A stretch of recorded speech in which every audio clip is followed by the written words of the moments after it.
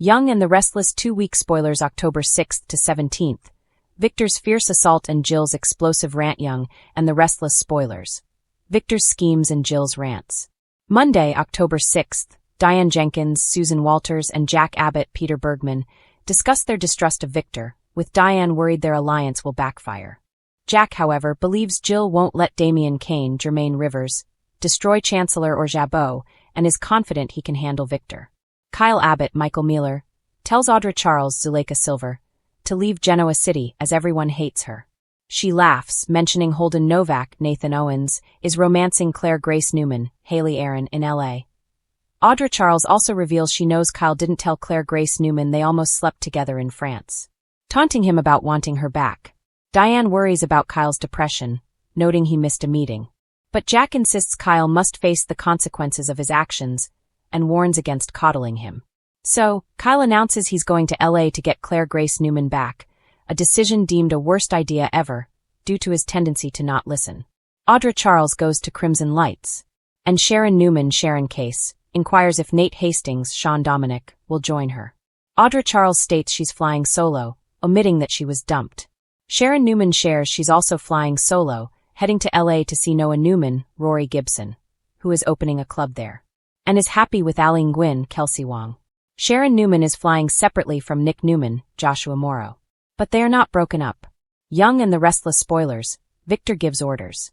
Victor informs Nick Newman they are preparing to go after Damian Kane. But Victoria Newman, Amelia Heinley, believes using Newman Media is unwise. Victor tells Nick Newman he cannot leave Genoa City for LA until Adam Newman, Mark Grossman, returns. Adam Newman and Chelsea Lawson Newman, Melissa Claire Egan, are in France investigating the Chateau inheritance and Colin's scheme. So Victor wants Nick Newman and Adam Newman to coordinate with IT to prepare for Damian Kane's potential AI retaliation. Nick Newman has to inform Sharon Newman he'll meet her in LA later due to dealing with the Victor Damian Kane situation. Sharon Newman worries Nick Newman won't make it, but he promises to show up for her and Noah Newman. Jill and Nikki's confrontation and Sharon's investigation. Tuesday, October 7th, Jill and Nikki Newman, Melody Thomas Scott, rehash their past. Nikki Newman tells Jill she's glad they have time alone, as she needs to get something off her chest, possibly concerning Catherine. Sharon Newman discusses an off-screen investigative trip with Tessa Porter, Kate Fairbanks, and Daniel Romalotti, Michael Graziadei, asking if they learned anything about Mariah Copeland, Cameron Grimes. Tessa Porter confirms they did, but appears unhappy, fearing for Mariah Copeland's safety, possibly due to retaliation from someone Mariah Copeland attacked, or the risk of Mariah being arrested for attempted murder. This could explain Mariah Copeland's desire to protect Tessa Porter and Aria Porter Copeland. Tessa Porter and Mariah Copeland's marriage will be tested in the coming weeks. Nick Newman corners Phyllis Summers, Michelle Stafford, before leaving town, questioning her involvement with Damian Kane. Phyllis Summers needs a job and wants someone to listen to her, plus she has a low-key crush on Damian Kane. With Lily Winters, Crystal Khalil, done with him, Phyllis Summers might be hoping for a chance. Young and the Restless spoilers. Jill meets with Jack. Wednesday, October 8th. Young and the Restless spoilers reveal Jill meets with Jack at Jabot, appearing unhappy. Billy Abbott, Jason Thompson, and Damian Kane are likely topics of discussion. Jill also meets with Victor, who drops a bombshell. Colin, her ex-husband, swindled an old lady out of her chateau and money, which provided Damian Kane with the seed money for Arabesque. This information is about to go public, and Jill won't be able to stop Victor. Lily Winters and their children will be horrified. Nikki Newman searches for answers, possibly investigating what Lauren Fenmore, Tracy Bregman, asked her to find about Victor, Michael Baldwin, Christian Jules LeBlanc, and Damian Kane. Jack urges Damian Kane to do the right thing and abandon his plan to take over businesses on Young and the Restless. Kane's AI threat and family drama. Thursday, October 9th. Jack takes steps to protect the Abbott family and their business, as Damian Kane refuses to stop his plans. Jack needs to protect Jabot and Marchetti from Damian Kane, and everyone will likely take measures to shield themselves from the AI attack. Nick Newman goes rogue. This could involve him joining Sharon Newman in LA or dealing with the Damian Kane-Newman conflict before even boarding his flight. Jill and Lily Winters confront Damian Kane, and it's revealed the Newman Media expose about Colin's con and how it funded Damian Kane's empire is public, humiliating the family again. Young and the Restless spoilers. Victor rewards Adam and Chelsea. Friday, October 10th. Adam Newman and Chelsea Lawson Newman are rewarded by Victor for their loyalty, likely for investigating the chateau and trashing Damian Kane on Newman Media. They already have top jobs and a mansion, so the reward might be something more. Damian Kane, enraged, confronts Chelsea Lawson Newman and Adam Newman at Newman Media about the truthful smear article on Colin's inheritance scam. Damian Kane may launch an AI attack on Newman Media for trashing his father. Michael Baldwin and Christine Williams, Laura Lee Bell, discuss Lauren Fenmore's upset over Michael Baldwin helping Victor and their upcoming wedding. Several returning characters will appear for the ceremony. Christine Williams and Danny Romalotti Michael Damian's bachelor and bachelorette parties take an unexpected turn on the same day Phyllis Summers finds herself in a prickly situation, possibly related to Damian Kane's AI attack plan or an accidental disruption of Christine Williams's bachelorette party. Phyllis Summers may find unexpected romance with Damian Kane. Spoilers for the week of October 13th. The week of October 13th to 17th. Damian Kane is cornered by Victor and his allies, leading him to lash out. Kyle continues to make mistakes regarding Claire Grace Newman, and Audra Charles is at a low point. Their interactions may spark unintended consequences. Diane is still suspicious of Victor, and doesn't want Jack getting close to him. Billy Abbott is focused on targeting Damian Kane due to ongoing family drama, while Jill tries to calm Damian Kane and bring Billy Abbott back. Adam Newman is happy to fight Damian Kane for Victor, seeing it as a win-win. Christine Williams and Danny Romalotti's wedding is set for November sweeps, kicking off at the end of October. Patty Weaver returns as Gina Roma, and Trisha Cast returns as Nina Webster is once again a powder keg, and this time the explosion comes from two of its most formidable power players. Victor Newman, the ruthless patriarch who never forgets a slight, launches a fierce and calculated assault that sends shockwaves through the business world. Meanwhile, Jill Abbott, pushed past her breaking point, unleashes an explosive rant that leaves even the most battle-hardened residents stunned. When these two titans move, nobody is safe. Victor Newman has always thrived on control. Whether it's family, business, or enemies, Victor believes everything and everyone can be maneuvered like chess pieces on his board. But lately, cracks have begun to show. Threats are emerging from multiple directions. Internal betrayals, whispered alliances, and bold moves from rivals who think the mighty Newman empire can finally be weakened. They're wrong. Victor's assault isn't loud or reckless. It's surgical. Behind closed doors at Newman Enterprises, Victor issues a series of chilling directives that signal war. Audits are ordered. Bank accounts quietly frozen. Contracts suddenly revoked. Executives who once felt untouchable find themselves escorted out with cardboard boxes and shattered egos. Victor doesn't raise his voice, he doesn't need to. His power speaks for him. At the heart of Victor's fury is a betrayal that cuts deeper than most. Someone he trusted, someone he underestimated, has been working against him from the inside. While Genoa City speculates whether it's a Newman by blood or a trusted ally turned snake, Victor knows exactly who crossed him. And his response is ruthless. He made his choice, Victor mutters to Nikki, his eyes cold and unwavering. Now he'll live with the consequences. Nikki, no stranger to Victor's dark side, senses just how far he's willing to go this time. She warns him that his assault could destroy more than just his enemy. It could tear their family apart. But Victor is unmoved. In his mind, weakness invites destruction, and mercy is a luxury he refuses to afford. As Victor's attack gains momentum, collateral damage spreads. Adam finds himself caught in the crossfire, once again questioning whether loyalty to his father will cost him everything else. Victoria watches closely, torn between admiration for Victor's strength and fear of his obsession. Nick, ever the moral compass, openly challenges Victor's tactics, setting father and son on a collision course that feels inevitable. While Victor wages his silent war, another storm erupts across town. This one loud, emotional, and impossible to ignore. Jill Abbott has had enough. For weeks, Jill has swallowed her frustrations, biting her tongue as deals go sideways and decisions are made without her consent. Chancellor Winters, once her proud legacy, now feels like a battleground where her authority is constantly questioned. She's watched Billy spiral, Lily shoulder impossible pressure, and corporate sharks circle like vultures. And the final insult? Being blindsided by a decision that undermines everything she's fought for. Jill doesn't just snap, she detonates. Her explosive rant happens in broad daylight, in front of stunned employees and executives who quickly realize they're witnessing a moment that will go down in Genoa City history. Jill's voice rises, sharp and unfiltered, as years of resentment pour out. "I did not build this company to be ignored." Jill roars, her eyes blazing. "I fought for this place when no one else would. And now you think you can push me aside?" The room falls silent as Jill dismantles every excuse thrown her way. She calls out incompetence, hypocrisy, and betrayal with surgical precision. No one escapes unscathed, not Billy, not Lily, not even unseen board members hiding behind legal loopholes. Jill's words are raw, brutal, and painfully honest. Billy tries to calm her, but that only fuels the fire. Jill accuses him of reckless ambition and emotional decision-making, reminding him of every time his impulses cost them dearly. Lily attempts to mediate, but Jill cuts her off, furious that her authority has been quietly eroded in the name of progress.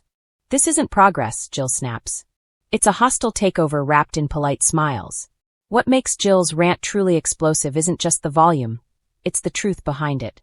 Everyone in the room knows she's right, and that realization stings more than her words. By the time Jill storms out, the power structure at Chancellor Winters is irreparably shaken. As news of Jill's outburst spreads, Victor Newman takes notice. These two have crossed swords before, and Victor recognizes a fellow warrior when he sees one. Jill's fury intrigues him, not as a threat, but as an opportunity.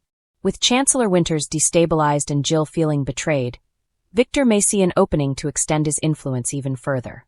And if there's one thing Victor Newman excels at, it's exploiting chaos. Yet Jill is no pawn. Behind closed doors she regroups, her anger cooling into steely determination. Jill Abbott doesn't rant without a plan. Her explosion was a warning shot, and the real battle is still to come. She begins making calls, reconnecting with old allies, and quietly positioning herself for a counterstrike that could upend the balance of power in Genoa City. Meanwhile, Victor's assault reaches its final phase. The enemy who dared cross him realizes too late that escape is impossible. Careers are destroyed, reputations ruined, and secrets dragged into the light. Victor stands victorious, but at a cost. His family is fractured, his enemies multiplied, and the question lingers. Has Victor finally gone too far? As Genoa City reels from Victor's fierce assault and Jill's explosive rant, one thing is clear. This is only the beginning. Alliances will shift. Loyalties will be tested. And the fallout from these two power moves will reshape the young and the restless landscape in ways no one can fully predict. Because when Victor Newman goes to war and Jill Abbott loses her patience, Genoa City never recovers. Is once again a battlefield of power, pride, and personal vendettas. And at the center of the storm stand two titans who never back down quietly, Victor Newman and Jill Abbott. As old grudges flare and new schemes ignite, the young and the restless is setting the stage for explosive confrontations that could permanently alter the balance of power in town. Victor Newman, playing chess while everyone else plays checkers. Victor Newman has never been one to react, he strategizes. And right now, the Black Knight is several moves ahead, quietly orchestrating a plan that could devastate multiple families at once. With Newman Enterprises under subtle threat from both internal dissent and external rivals, Victor has begun tightening his grip. His focus? Control at any cost. Sources suggest Victor is leveraging confidential information, secrets that could ruin reputations and destroy alliances. And as always, his own children may be collateral damage. Victoria, increasingly wary of her father's manipulations, senses that Victor is hiding something big. His sudden interest in restructuring Newman Enterprises, paired with his insistence on loyalty tests, has her alarm bells ringing. Meanwhile, Nick finds himself pulled back into Victor's orbit despite swearing he was done playing Newman power games. Victor's cold, calculating demeanor hints that this isn't just business, it's personal. The Abbott target, a familiar obsession. It wouldn't be a Victor Newman storyline without an Abbott casualty. This time, Jill Abbott finds herself directly in Victor's crosshairs. Victor sees Chancellor Winters as unfinished business, and Jill's recent moves to solidify her influence have not gone unnoticed. In Victor's mind, Jill is overreaching, and that makes her dangerous. Whispers around Genoa City suggest Victor has been quietly undermining Jill's boardroom support, turning allies against her one by one. Contracts are being questioned, deals are being delayed, and Jill is beginning to realize that every obstacle in her path bears the unmistakable fingerprints of Victor Newman. Jill Abbott unleashed, rants, rage, and ruthless resolve. If Victor believes Jill Abbott will back down quietly, he's gravely mistaken. Jill's frustration has reached a boiling point, and she's no longer masking her fury. Her rants, sharp, loud, and unapologetic, are echoing through Chancellor Winter's headquarters. She's convinced Victor is sabotaging her, and she's done pretending otherwise. Jill's anger isn't just emotional, it's strategic. She knows Victor's playbook because she's survived him before. And this time, she's determined not just to defend herself, but to strike back harder than ever. Those close to Jill describe her as dangerously focused. She's reconnecting with old allies, digging into Victor's past dealings, and even considering moves that could put Newman Enterprises under regulatory scrutiny. Jill Abbott isn't just ranting, she's preparing for war. Collateral damage. Who gets burned? As Victor and Jill circle each other, the fallout is spreading fast. Billy Abbott finds himself caught between loyalty to Jill and his own reckless instincts. His volatile history with Victor makes him a wild card, one that could either help Jill or blow her entire strategy apart. Nikki Newman, increasingly exhausted by Victor's endless feuds, begins to question whether standing by her husband is worth the emotional cost. Jill's rants strike closer to home than Victor realizes. Devin and Lily grow uneasy as Chancellor Winters becomes a battleground rather than a business. Jill's fury threatens the stability they've worked so hard to build. Every move Victor makes tightens the pressure. Every rant Jill unleashes sharpens the stakes. A dangerous game of secrets. What truly elevates this storyline is the looming presence of secrets, the kind that destroy lives when exposed. Victor is rumored to be sitting on damaging information related to past Chancellor Winters' dealings. Jill, on the other hand, may have uncovered something far more explosive. Evidence tying Victor to questionable financial maneuvers that could invite federal scrutiny. The tension lies not in whether these secrets exist, but in who blinks first. If Victor strikes, Jill's legacy could crumble. If Jill retaliates, Victor's empire could face its biggest threat in decades. The emotional undercurrent, pride and pain. Beyond the boardrooms and power plays lies a deeper truth. This feud is fueled by pride, resentment, and years of unresolved pain. Victor doesn't just see Jill as a rival. He sees her as someone who's dared to challenge his dominance time and time again. Jill, meanwhile, refuses to be dismissed or controlled, especially by a man who's underestimated her strength for years. Their clash isn't just about money or influence. It's about respect, and neither one is willing to surrender an inch. What's next? An inevitable explosion. As The Young and the Restless heads into its next dramatic arc, all signs point to a massive showdown. Expect a public confrontation that leaves Genoa City stunned. A shocking betrayal from someone close to the Newmans or Abbotts. Long-standing alliances shattered beyond repair. Victor's schemes are growing bolder. Jill's rants are turning ruthless. And when these two forces collide, the aftermath will be devastating. One thing is certain, Genoa City will never be the same. He doesn't suggest. He gives orders. And when he does, the ground in Genoa City tends to shake. As the new week unfolds on The Young and the Restless, Victor finds himself standing at the center of a storm of his own making. With enemies circling, alliances shifting, and his family splintering under pressure, the Black Knight decides it's time to remind everyone exactly who runs this town. And it all begins behind closed doors at Newman Ranch, where Victor issues a series of commands that will ripple through every corner of Genoa City. The first summons goes to Nikki Newman. Victor's tone is calm, almost tender, but Nikki knows better. That measured voice means something dangerous is coming. Victor informs her, not asks, that she will be standing beside him publicly at an upcoming Newman Enterprises event. It's a show of unity, a message to their enemies that the Newmans remain unbreakable. Nikki hesitates. She's tired of being used as armor in Victor's wars. But Victor cuts her off with a reminder. Appearances matter, and weakness invites attack. Nikki walks away conflicted, knowing that defying Victor now could unleash consequences she's not prepared for. Meanwhile, Victor turns his attention to Victoria Newman, and this order is far less gentle. He demands full loyalty, no questioning, no hesitation. Victor wants Victoria to quietly dismantle a competing business venture that he believes is being used as a front to undermine Newman Enterprises. Victoria pushes back, warning him that his intel may be outdated, and that a wrong move could spark legal trouble. Victor's eyes harden. He doesn't care. He wants obedience. Victoria leaves furious, torn between her role as co-CEO and her growing fear that Victor's obsession with control is pushing them toward disaster. Across town, Adam Newman receives his orders in a far more calculated fashion. Victor doesn't summon Adam, he surprises him. Appearing unannounced at Adam's office, Victor delivers his directive with chilling precision. Adam is to infiltrate a rival circle, not as a Newman but as a lone wolf. Victor wants dirt. He wants leverage. And most of all, he wants Adam to prove, once and for all, that he belongs. Adam recognizes the trap immediately. Success means Victor tightens his grip. Failure means exile. Still, Adam agrees, masking his resentment with a smirk. If Victor wants a weapon, Adam will be a sharp one. But weapons have a way of turning on their owners. Victor's reach doesn't stop with his children.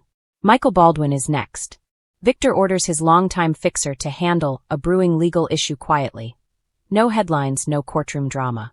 Michael warns that the situation is volatile and that bending the law too far could backfire. Victor reminds him of past favors, past rescues, and the unspoken debt that still hangs between them. Michael nods, already knowing there's no real choice. But cracks are forming. Michael confides in Lauren Fenmore, who warns him that Victor's demands are escalating. One day, Lauren cautions, "You're going to pay the price for protecting him." Michael doesn't respond, because he already knows she's right. Elsewhere, Jack Abbott senses something is wrong. Victor's sudden silence toward Jabot is louder than any threat. Jack tells Diane Jenkins that Victor never goes quiet unless he's preparing to strike. Diane suggests preemptive action, but Jack hesitates. A direct move against Victor could ignite a full-scale corporate war. And this time, Jack isn't sure who would survive it. Back at the ranch, Victor makes perhaps his most controversial order yet. He contacts Nick Newman, not to argue, not to manipulate, but to command. Victor insists Nick take a step back from his current path and return fully to the Newman fold. Nick refuses, accusing Victor of treating his children like chess pieces. Victor snaps, declaring that family loyalty isn't optional. It's required. The confrontation explodes, old wounds reopening as Nick storms out, vowing that this time he won't be pulled back in. Victor watches him go, expression unreadable, but there's a flicker of something dangerous behind his eyes. By week's end, the consequences of Victor's orders begin to surface. Victoria uncovers evidence suggesting Victor's intel may have been planted, possibly by someone inside Newman Enterprises. Adam's covert mission yields shocking information that could either protect the family or destroy it. Nikki faces a public moment that forces her to choose between her marriage and her self-respect. And Jack receives a warning that Victor's next move could target someone Jack loves. Through it all, Victor remains unshaken. Because in Victor Newman's world, chaos is not a threat, it's a tool. And as Genoa City braces for the fallout, one thing becomes chillingly clear. Victor has set something massive in motion. The orders have been given. The pieces are moving. The only question now is whether Victor will still be standing when the board finally was simmering long before the first harsh words were exchanged. Beneath the polished boardrooms, lavish living rooms, and carefully curated smiles, tension crackled like a live wire. And it was only a matter of time before it snapped. Jill versus Nikki. Years of resentment explode. The confrontation between Jill Abbott and Nikki Newman was never going to be polite.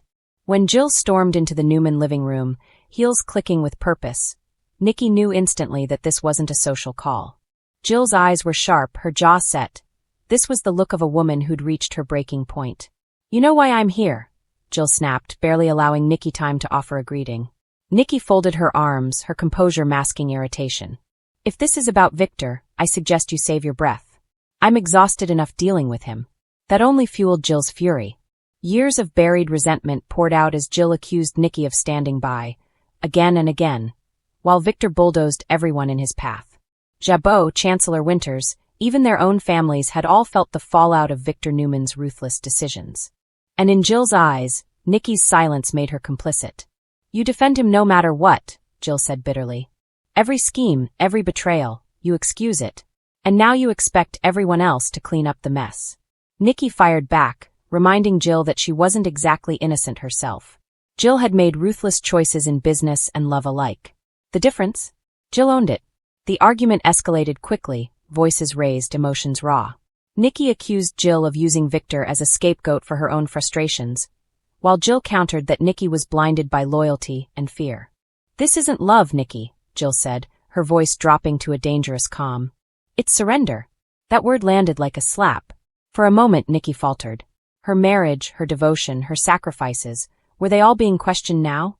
Jill didn't wait for an answer. She delivered her final blow. If Nikki continued shielding Victor, she'd be dragged down with him when the next scandal exploded. And Jill was convinced it was coming. As Jill left, the room felt colder. Nikki stood alone, shaken, not just by Jill's accusations, but by the nagging realization that some of them might be true. Sharon's investigation begins in silence. While Jill and Nikki's war played out loudly, Sharon Newman was moving in the shadows. Sharon had learned long ago that the most dangerous truths weren't shouted, they were whispered. Something had been bothering her for weeks. Inconsistencies in recent events, people acting out of character, half-truths that didn't quite line up. And at the center of it all was a secret someone was desperately trying to keep buried. What started as intuition turned into quiet investigation. Sharon began asking careful questions, framing them as concern rather than suspicion. A conversation with Nick revealed a timeline that didn't quite add up. An offhand comment from Chance confirmed Sharon's unease. Evidence had been mishandled, details overlooked. Not by accident, but by design. Late nights at Crimson Lights became Sharon's cover.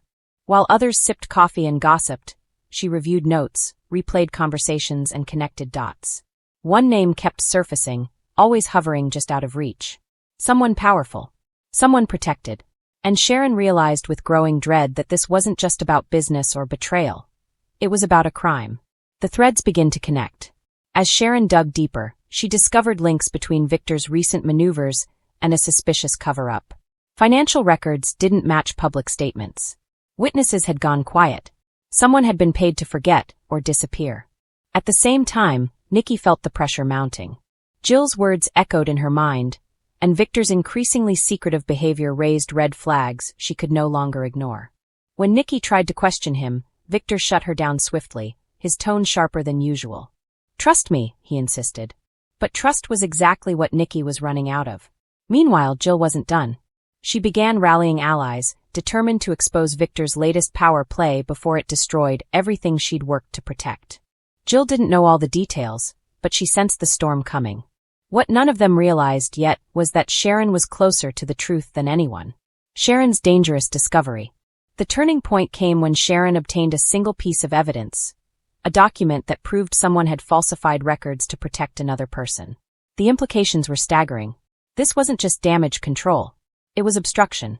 Sharon's hands trembled as she read the final line. This secret could destroy lives. Nick warned her to stop digging when she cautiously shared her concerns, but Sharon couldn't. Too many people had already been hurt. Too many lies had gone unchallenged.